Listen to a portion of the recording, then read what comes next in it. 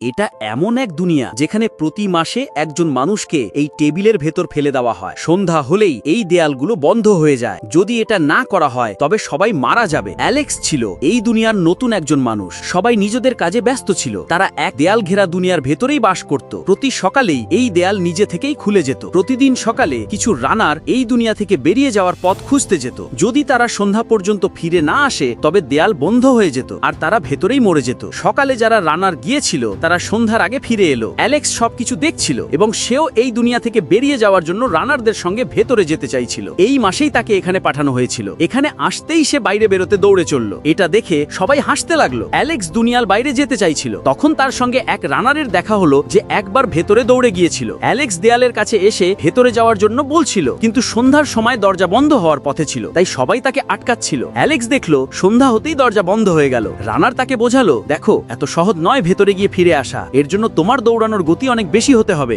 আজ ছিল মাসের শেষ দিন, তাই সন্ধ্যার সময় একজনকে ভেতরে ঠেলে দেওয়া হলো। কিছুক্ষণের মধ্যেই দরজা বন্ধ হয়ে গেল। পরের সকালেই দুই রানার ভেতরে চলে গেল, কিন্তু সন্ধ্যা পর্যন্ত তাদের মধ্যে কেউ ফিরে আসলো না। এটা দেখে সবাই দুশ্চিন্তায় পড়ে গেল, কারণ তখন সন্ধ্যা হয়ে আসছিল আর দরজা বন্ধ হওয়ার পথে। ঠিক তখনই অ্যালেক্স দেখলো যে একজন রানার ঘুরে গিয়ে অচেতন হয়ে পড়েছে। দরজা দ্রুত বন্ধ হয়ে আসছিল। যদি তারা না পৌঁছায় তবে সেখানেই মরে যাবে। এটা দেখে অ্যালেক্স দরজা বন্ধ হওয়ার আগে ভেতরে ঢুকে পড়লো। রানার তাকে বোঝালো, তুমি কেন এসেছো? আমরা তো মরবই, সাথে কুমিও মরে যাবে।